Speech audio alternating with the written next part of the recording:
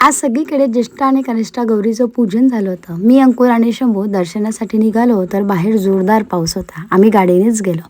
सगळ्यात पहिल्या ज्या ठिकाणी आलो देवीला पाहून प्रसन्न वाटलं. खूप सुंदर आरास मांडली होती, साड्या सुंदर नेसवल्या होत्या, खूप छान वाटलं. दर्शन घेऊन मावशी आजींकडे आलो तर महालक्ष्म्यांना नऊवारी नेसवली होती आणि अंगावर शेला देखील होता. खूप सुंदर वाटलं. दरवर्षी आजींकडे गेलं की लाडू वगैरे खातो, नमस्कार करतो आणि मग पुढे निघतो. आलो आता कीर्तिताईच्या घरी. कीर्तिताईकडे नमस्कार केला, राशी भरल्या आणि शंभूचे ताई दादा असल्यावर मज्जा नाही का. ताईने तर आज चक्क नऊवारी नेसली होती. यावर्षी त्यांच्याकडची थीम होती पंढरीची वारी आणि त्याप्रमाणे डेकोरेशन होतं. दरवर्षी वेगळी वेगळी थीम असते. आत्ता आपण बोलता बोलता चौथ्या महालक्ष्म्यांचं दर्शन घेतोय. मुखवटे बघाल तर असं वाटेल त्या प्रत्यक्ष आपल्याशी बोलताय की काय. त्यानंतर वेगळ्या ठिकाणी आलो, तिथेही राशी भरल्या आणि पुढचं ठिकाण म्हणजे इथे चक्क महालक्ष्म्यांना केस होती, गंगावन लावलं होतं. भेटूया पुढच्या ब्लॉगमध्ये. बाय.